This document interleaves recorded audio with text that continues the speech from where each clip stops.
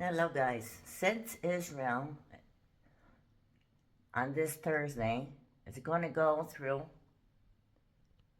Holocaust remembrance, so what I actually wanted to do is explain to you guys that by saying that's only for the Jewish remembrance, just to know that's not true.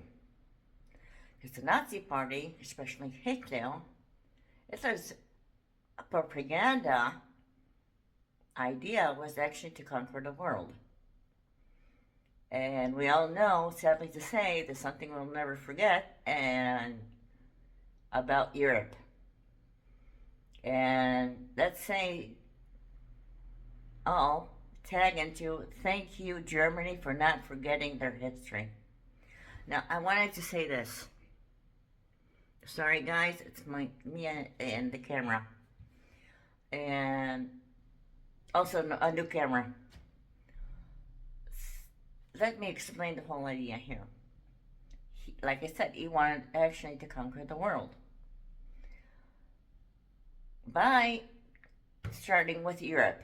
Now, to say that the Holocaust was only against the Jews, again, not true, as we all know.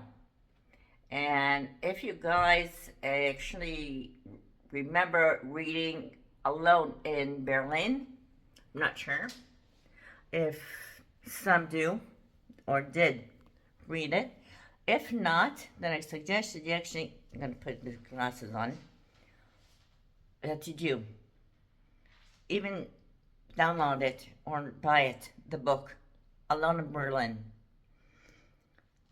That will actually give you the whole idea, at least part of it, that what really happened there and during that party, that time. Moving on. He did have plans on going and conquering into Israel. Now, why couldn't he? What I have actually learned and new information, that by that time the Americans were having an army in Egypt. And in Israel, for those who don't know, and I do as a philosophical researcher, do know. And majority of the people here, residents, do know that by that time, even the refugees here do know that by the time we had the Europeans here. And what actually happened, I'm trying to actually focus my face here. What actually happened here, I got a bit very close up here. What actually happened here, we had the British. So, imagine this. He's trying to enter in through Egypt to conquer Israel. The Americans, I guess, most likely it did happen, blocked the borders from entering into Egypt.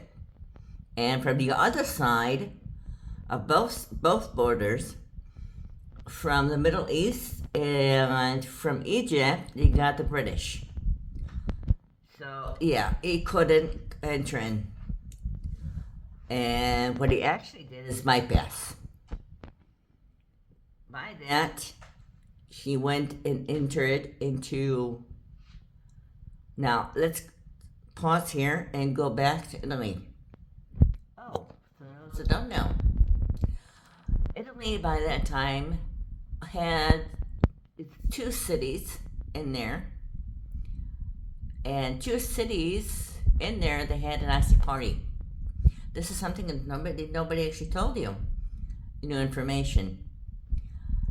They actually had what's known as the killing pits. Now, again, it wasn't only against the Jewish. They were also against the Arab Muslims there. Very bad decision. Now, why? Because the majority of the population by that time was Jewish and Arab Muslims there. Again, killing pits. The other side of the majority of Italy had the British. To learn never mess with the British. It's a bad decision. And he already knows. Later on, he'll learn that messing with the British and Americans only leads to destruction. Yeah, war's not fun. So, going back to what I said before, he did bypass Israel and Egypt. He went into Africa. And yes, he had his party there. And he also had a Holocaust there. Did exactly the worst of the worst kind to the Africans. By that, he also spread his army, the party, and sent them into the Middle East. Now, Jordan, I'm not quite entirely sure about that, but I do know in Iran, he did. In Syria, he did. I know that. And to the core, into Iraq.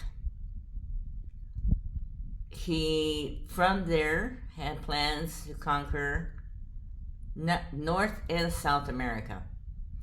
He couldn't, not only because it was his time was actually starting to go down, he also pissed two parties. The Americans, two sides, the Americans and the British. Now, North America, they had the British, and you know Americans are Americans in the South and North. You don't mess with two sides. It's going to lead into destruction. It did. Eventually lead into destruction. If you want the British Mandate actually was invented here in Israel for Saba to be the part. And yeah. Including the brigade, the underground. Yeah, my father's side of his dad in Germany was part of the underground. And behold, also Anne Frank, his father, was also part of that, of which years later he brought her novel into Israel. I know he visited here in Israel. I know that. I don't remember if he's buried here. I don't remember that. But you can actually look that up. So I hope that they'll give you more of an understanding of why we say never forget and never forgive. Now, this also includes the hostages that are in the strip. Those actually survived and came back. And those are actually including the bodies. And never forget and never forgive.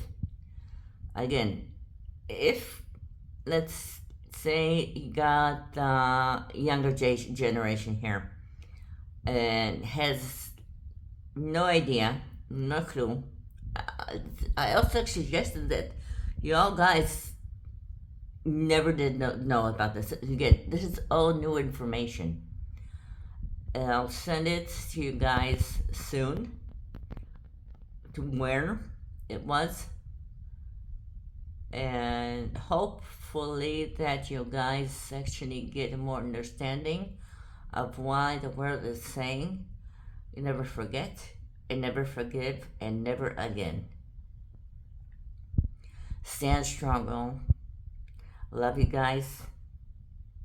Peace out.